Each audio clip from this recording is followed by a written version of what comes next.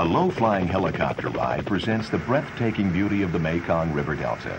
The source of the Mekong is high up in the Tibetan Himalayas, and as the river flows into the South China Sea, its massive delta of waterways and canals make for some of the most fertile farmland in the world, and South Vietnam's most densely populated region. Yet to an American serving here in 1967, Vietnam will always be a land of great contrasts. For throughout these mangrove forests, coconut groves, rice paddies, and villages, the Vietcong enemy thrived. And it was the job of the sailors assigned to the U.S. Navy's mobile riverine forces to sort out the good from the bad. Wind 0354, 9 knots over. 204, we're on our way in. Sign at 2, roger out. Yankee Echo, Yankee Hotel, over. An auxiliary barrack ship stationed just offshore served as home base for the crews of the Huey UH-1B helicopters, nicknamed Seawolf. These gunships were one of the critical elements of the Navy's forces here.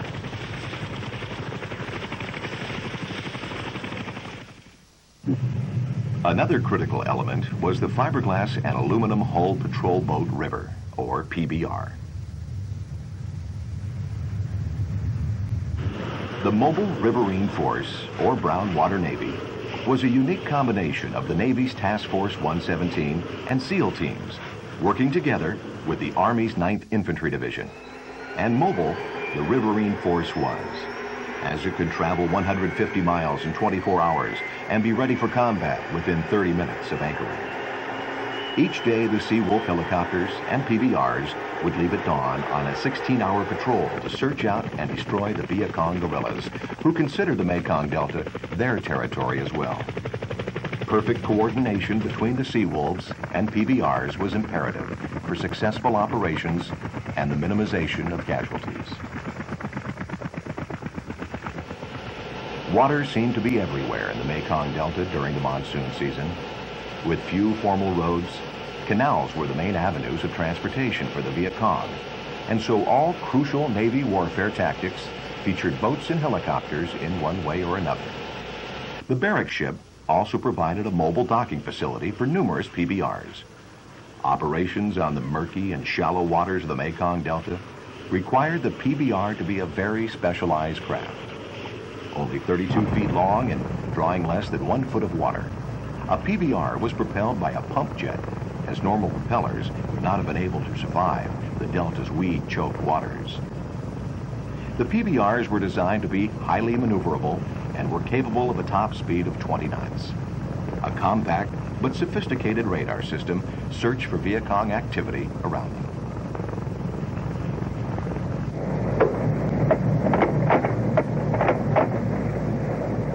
A PBR was heavily armed for such a small boat, carrying twin 50 caliber machine guns facing forward and a 30 caliber gun facing aft. Throughout the Delta and in the infamous Rung Sat swamp marsh, the PBRs saw a considerable amount of action between the long stretches of tense boredom that occurred during a typical patrol.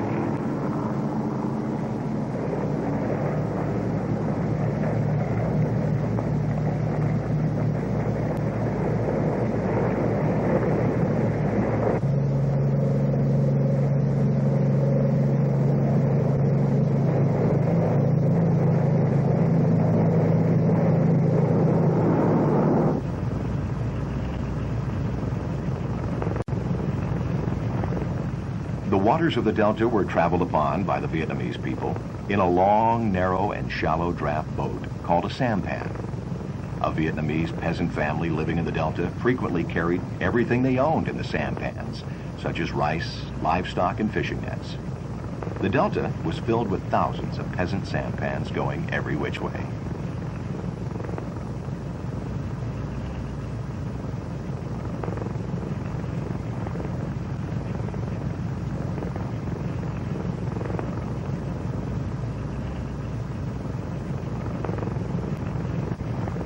However, sampans were also used by the Vietcong to secretly move weapons and supplies.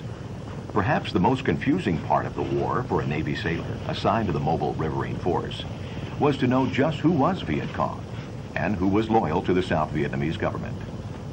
Each and every sampan was searched for any evidence of Vietcong collaboration.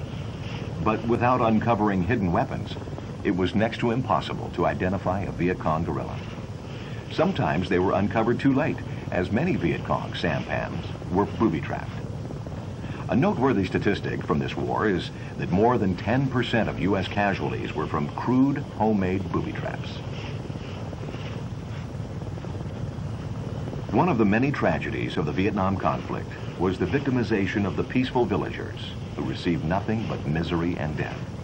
While desiring only to go about their daily tasks, they were subject to constant search by the Navy and, it is reported, under continuous threat from the Vietcong to cooperate with them.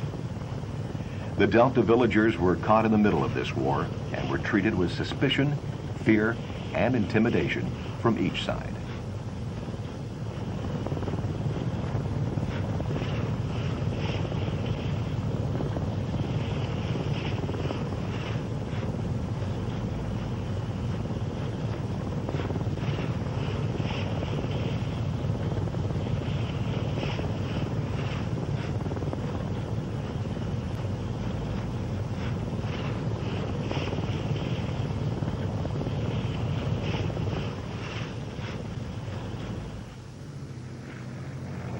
An average of 300 sampans was searched during a routine patrol.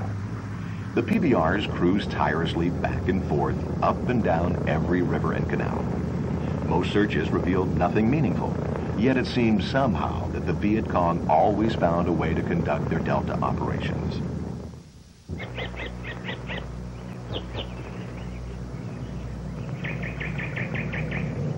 The sailors would search where any tall grasses appeared to be broken, where a boat might have been beached, and at the mouth of every canal.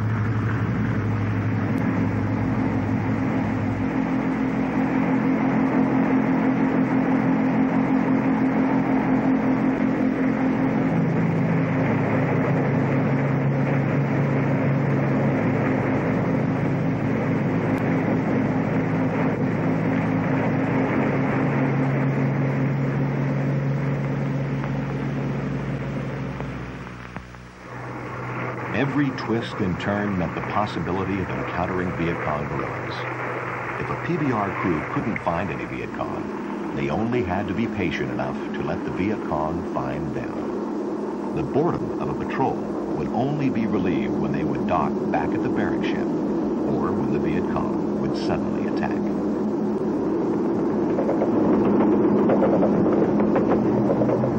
Turn port 180.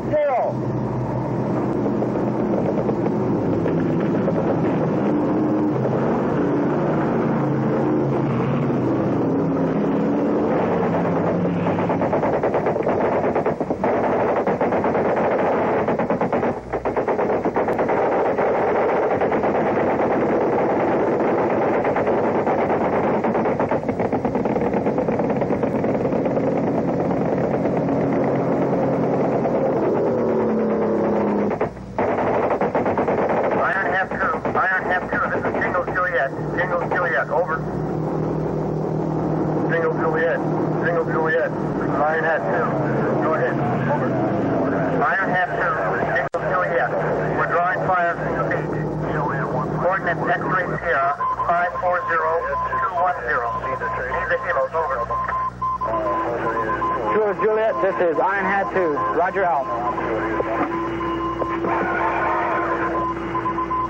Rich, this is radio. Scramble Heroes.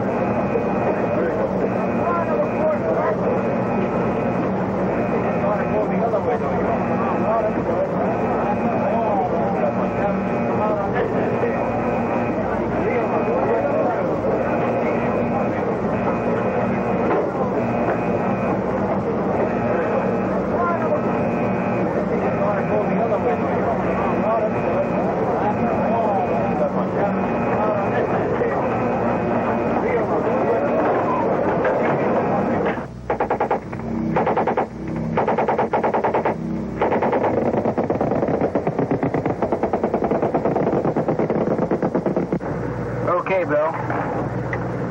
Check the fuel boost pump.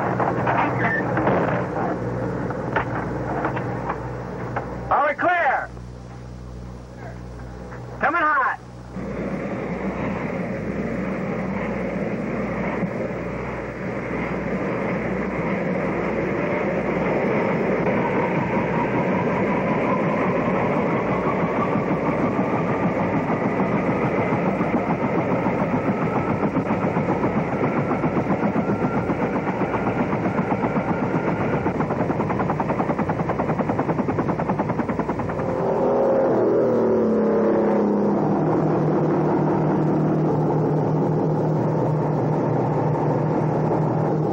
Turn forward, 180.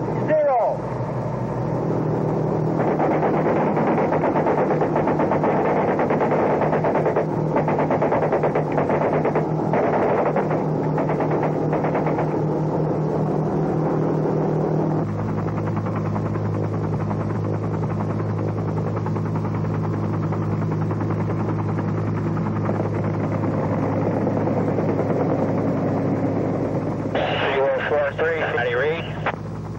This is 4-3, read you 5. What's the story? Bro? This is 4-3, interrogative your intentions this time. This Kilo, We're still receiving automatic weapons fire from the beach there. This is 4-3. Do you have the smoke on the beach? this Kilo, that's affirmative, over. Roger, that's the target area there. Kilo, roger. No, this is Kilo, we'll make a firing run, over. Kilo, this is 4-3. Let me know when you commence your run and we'll come in behind you there.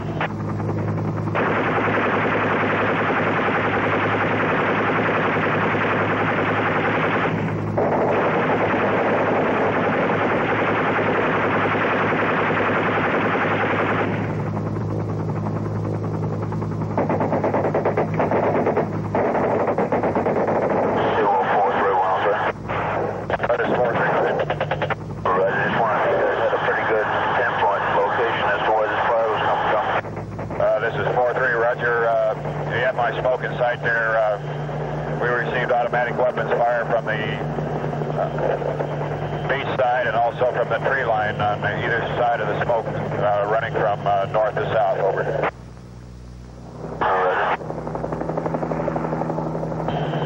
Also, this is 4-3. Be advised, they have a 157 recoilless in there. Over.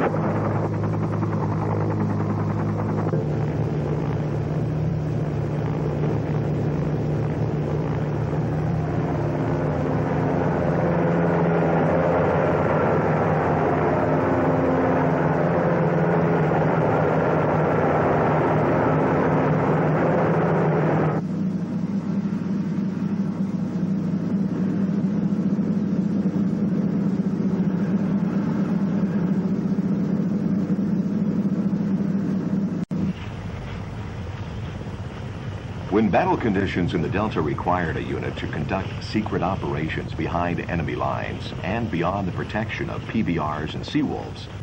The U.S. Navy called upon its Special Warfare Commandos, the SEALs. Experts in combat at sea, in the air, and on the land, the SEALs were amongst the most effective U.S. fighting men throughout Southeast Asia.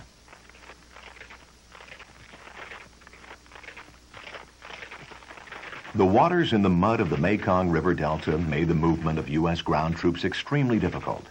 The SEALs were highly trained to survive in the most formidable of these conditions and to endure any physical or psychological hardships which they knew could happen at any moment.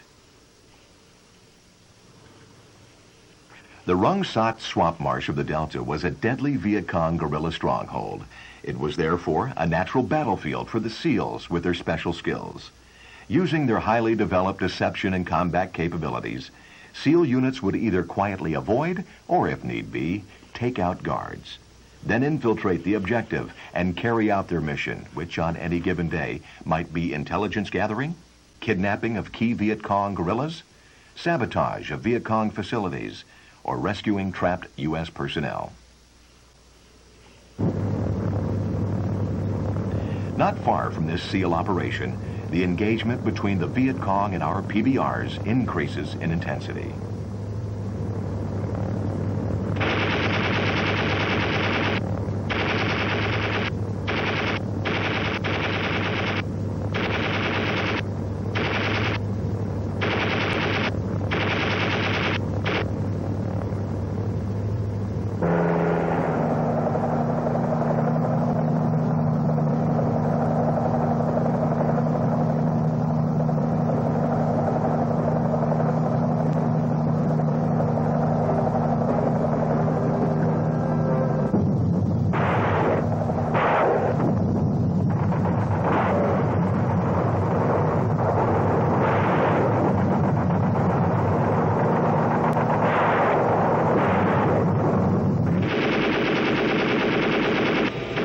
Despite the Seawolves' aerial firepower, the Vietcong fearlessly direct their small arms weapons skyward. One well-placed Vietcong bullet which hits the helicopter's engine, flight control linkages, or fuel tank can send it and the crew plummeting to the ground below, trapped behind enemy lines. The downing of a Seawolf brings about a quick retaliatory reaction from the PBRs.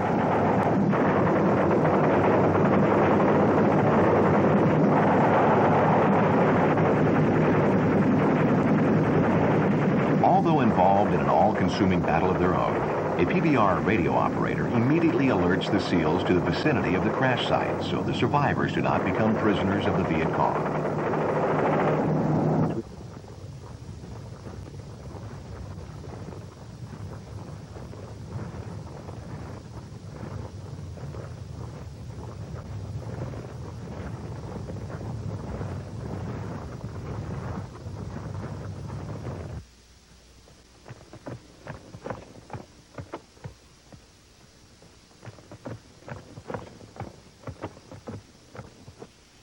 The SEALs find the Seawolf's crew before the Vietcong do, but some members are severely injured and cannot be easily moved.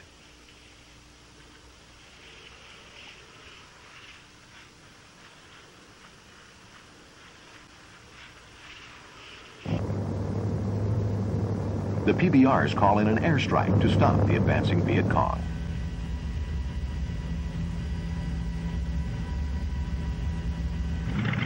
The Navy's Douglas A-1 Skyraider was perfect for this close air support mission. Although seeming somewhat out of date when seen sharing carrier deck space with the more sleek and sophisticated jets, the A-1's heavy weapons load of rockets and bombs, all-weather flight capability, and basic dependable ruggedness earned it an illustrious career, not only with the Navy, but also with the U.S. and Vietnamese Air Forces as well. The A-1's tight and easy maneuverability, combined with a long loiter time, allowed the Skyraider the luxury of carefully selecting its targets. The Aviator could then safely drop ordnance to within 50 feet of friendlies, which is just what the PBRs and SEALs need right now.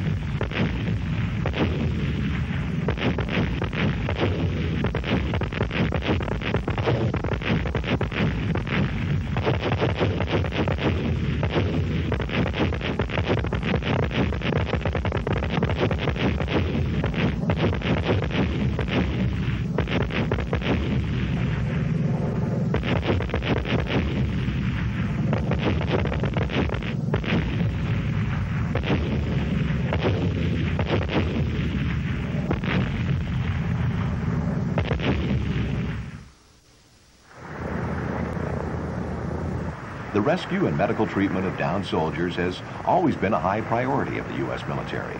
This is one major factor why the American soldier has been and continues to be so effective in battle.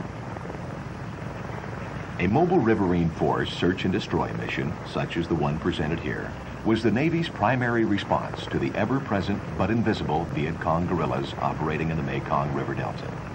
Requiring expertly trained men and special equipment, the Navy was successful in preventing the Vietcong from using the waterways and canals freely.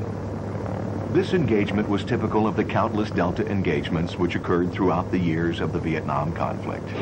A lone firefight is but a small footnote in the long history of a war, but each is certain to be forever remembered by the soldiers who fought in them.